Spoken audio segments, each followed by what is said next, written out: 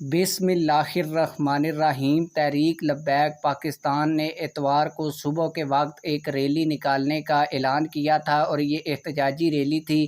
Rally ختم ہو جانی تھی لیکن اس ریلی کو اب تحریک لبیک پاکستان نے دھرنے میں تبدیل کر دیا ہے، کیونکہ پولیس نے اس ریلی کے ساتھ غنڈہ گردی کی ہے۔ پولیس نے کیا غنڈہ گردی کی ہے یہ میں آپ لوگوں کو ویڈیو میں بتانے والا ہوں۔ اس کے علاوہ صبح کے وقت جو ریلی تھی اس کے میں نے آپ لوگوں کو لائیو مناظر بھی دکھائے تھے، وہ آپ لوگوں نے پچھلی ویڈیو میں دیکھ بھی لیے ہوں گے۔ تحریک لبیک پاکستان نے اس ریلی کو دھرنے میں کیوں تبدیل کیا ہے، ساری چیزیں آج کی اس ویڈیو میں آپ لوگوں کو ڈیٹیل کے ساتھ بتاتا ہوں۔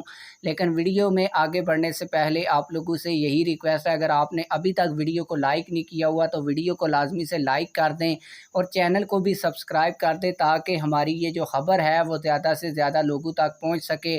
آپ لوگوں کو بتاتا چلوں کہ تحریک لبیک پاکستان نے ایک ریلی کرنی تھی اور ریلی میں جو مطالبہ تھا وہ یہ تھا کہ جو سرگودا کے اندر 2 دفعہ قرآن پاک کی بے حرمتی کی گئی، قرآن پاک کو جلایا گیا، قرآن پاک کی گستاخی کی گئی، جن افراد نے یہ کام کیا ہے ان کو فی الفور گرفتار کیا جائے۔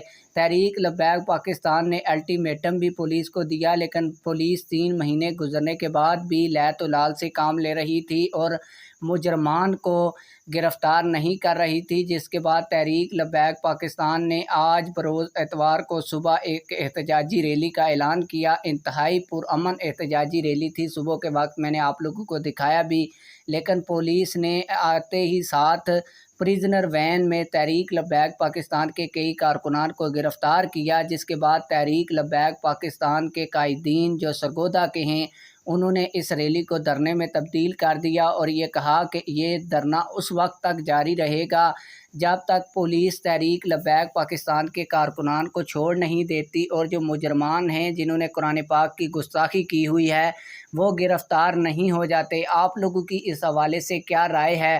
کمنٹ سیکشن میں ہمیں اپنی رائے سے ضرور آگاہ کیجیے گا۔ ملتے ہیں کسی اور ویڈیو میں۔ اللہ حافظ۔